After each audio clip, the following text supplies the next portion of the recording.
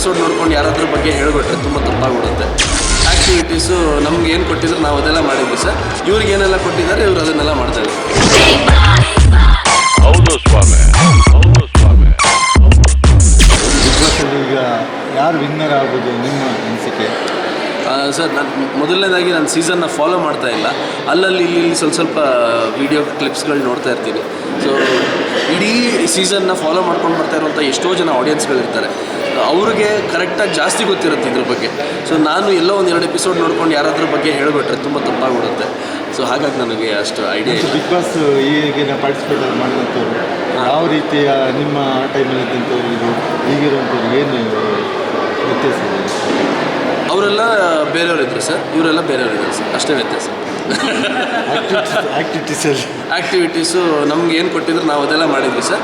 ಇವ್ರಿಗೆ ಏನೆಲ್ಲ ಕೊಟ್ಟಿದ್ದಾರೆ ಇವರು ಅದನ್ನೆಲ್ಲ ಮಾಡ್ತಾಯಿದ್ರು. ತುಂಬ ಚೆನ್ನಾಗಿ ಎಲ್ಲ ಸೀಸನಲ್ಲೂ ಬೇರೆ ಬೇರೆ ಥರ ಪ್ರತಿಭೆಗಳು ಬರ್ತಾರೆ. ಅವ್ರವ್ರಿಗೆ ಸರಿಯಾಗಿ ಅವರವರ ಸಾಮರ್ಥ್ಯಕ್ಕೆ ತಕ್ಕಾಗಿ ಅವ್ರು ಆಟ ಆಡ್ತಾರೆ. ನಮ್ಮ ಸಾಮರ್ಥ್ಯಕ್ಕೆ ತಕ್ಕಾಗಿ ನಾವು ಆಟ ಆಡಿದ್ವಿ. ಸೊ ಆ ಥರ ಚೆನ್ನಾಗಿ ನಡೀತೆ. Every season has its own different way of doing the show. ಅಂದರೆ ನಮ್ಮ ಸೀಸನಲ್ಲಿದ್ದಾಗೆ ಇನ್ನೊಂದು ಸೀಸನಲ್ಲಿ ಇರೋದಕ್ಕೆ ಸಾಧ್ಯ ಇಲ್ಲ, ಇನ್ನೊಂದು ಸೀಸನಲ್ಲಿದ್ದಾಗೆ ನಮ್ಮ ಸೀಸನಲ್ಲಿ ಇರೋದಕ್ಕೆ ಸಾಧ್ಯ ಇಲ್ಲ. ಎಲ್ಲ ವಿಭಿನ್ನವಾಗಿರುತ್ತೆ ಅಷ್ಟೇ. ಈಗಿನ ಇದರಲ್ಲಿ ಫೇವ್ರೇಟ್ ಕಿಚ್ಚ ಸುದೀಪ್ ಸರ್.